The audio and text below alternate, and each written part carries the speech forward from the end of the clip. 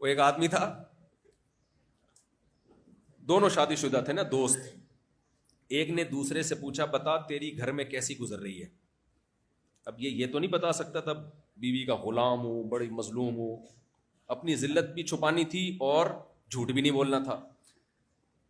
کہتا ہے کچھ بھی نہیں, میری تو بڑی اچھی گزر رہی ہے, اللہ کا شکر ہے, تیرے بھائی کی بدماشی تو تجھے پتہ ہی ہے.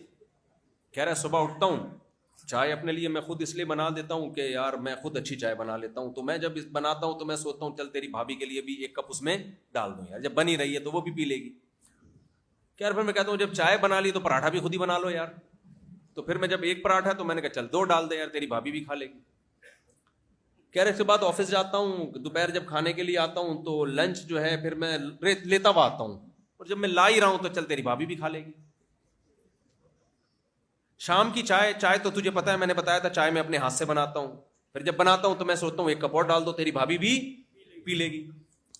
اور میں کہتا ہوں یار جب دن بھر کی جب میں نے خود ہی کیا ہے تو اس تکلف کی کیا ضرورت ہے, ڈنر بھی میں خود ہی بنا لوں, اور جب خود بنا رہا ہوں تو میں کہتا ہوں تیری بھابھی بھی کھا لے گی یار, اس میں شوربہ زیادہ کر دو, برتن رہ گئے.